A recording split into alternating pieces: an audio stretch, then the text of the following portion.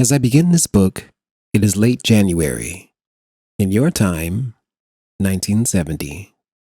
Rupert is a slim, dark-haired, quick woman now, who sits in a rocker and speaks these words for me.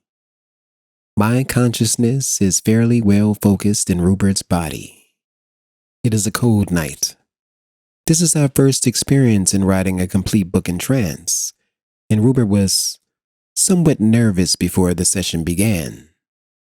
It is not just a simple matter of having this woman speak for me.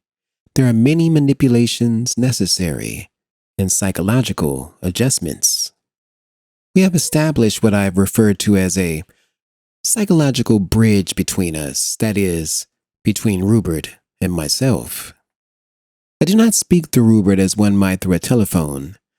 Instead, there is a psychological extension, a projection of characteristics on both our parts, and this I use for our communications.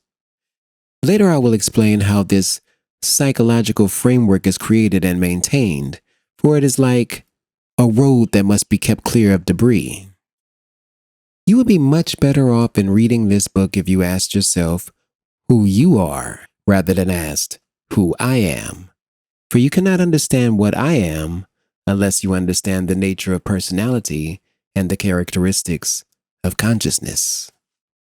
If you believe firmly that your consciousness is locked up somewhere inside of your skull and is powerless to escape it, if you feel that your consciousness ends at the boundary of your body, then you sell yourself short, and you will think that I am a delusion. I am no more a delusion than you are, and that may be a loaded sentence. I can say this to each of my readers honestly.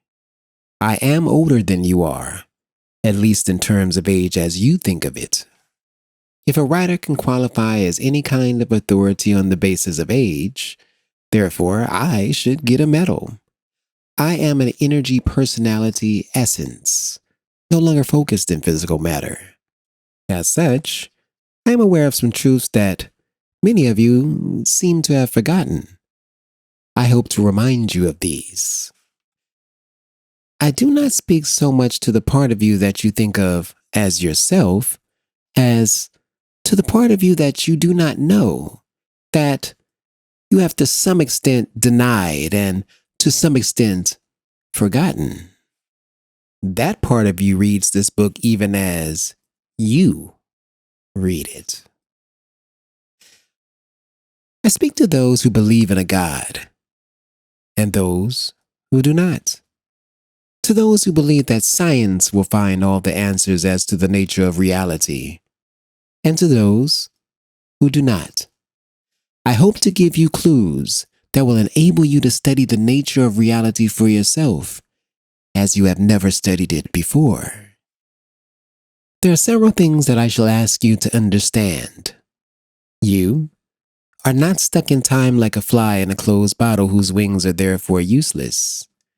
You cannot trust your physical senses to give you a true picture of reality.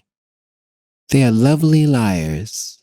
It's such a fantastic tale to tell that you believe it without question.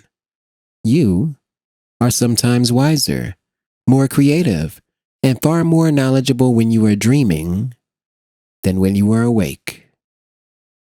These statements may seem highly dubious to you now, but when we are finished, I hope that you will see that they are plain statements of fact.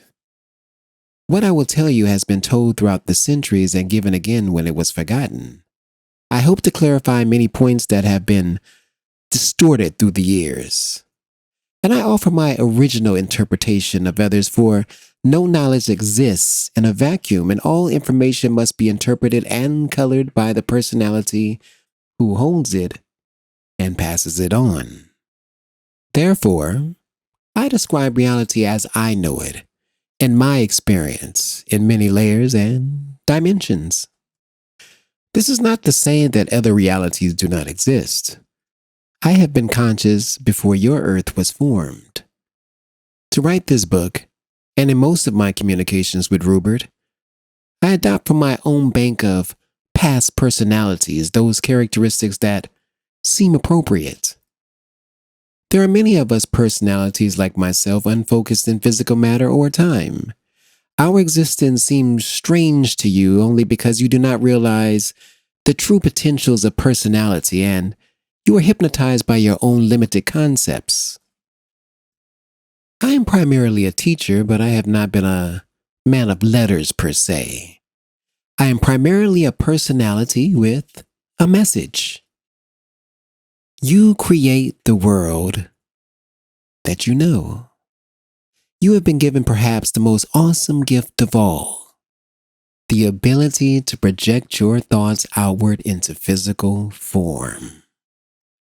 The gift brings a responsibility, and many of you are tempted to congratulate yourselves on the successes of your lives and blame God, fate, and society for your failures.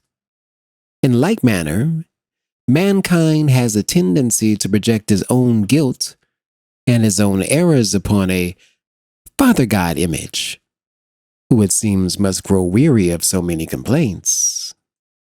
The fact is that each of you creates your own physical reality, and, en masse, you create both the glories and the terrors that exist within your earthly experience. Until you realize that you are the creators, you will refuse to accept this responsibility, nor can you blame a devil for the world's misfortunes. You have grown sophisticated enough to realize that the devil is a projection of your own psyche, but you have not grown wise enough to learn how to use your creativity constructively. Most of my readers are familiar with the term muscle-bound. As a species, you have grown ego-bound instead, held in a spiritual rigidity with the intuitive portions of the self either denied or distorted beyond any recognition. The hour is growing late. Both of my friends must get up early in the morning. Rupert is working on 2 books of his own and must get his sleep. Before I end this session, I ask you to imagine our setting, for Rupert has told me that a writer must be careful to set the scene. I speak to Rupert twice a week, on Mondays and Wednesdays in this same large room.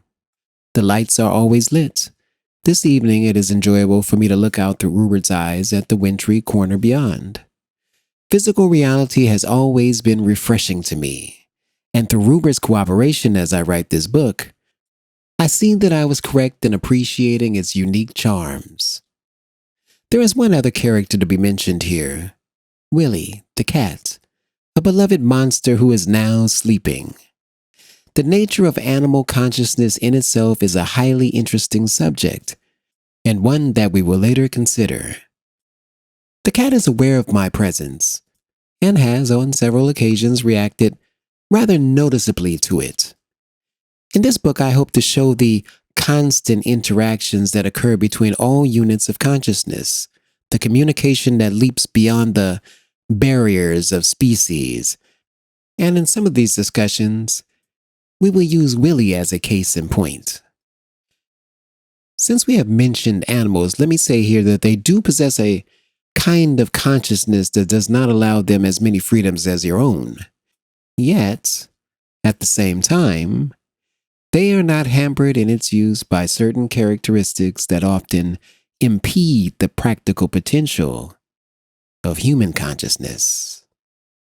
End of part 2.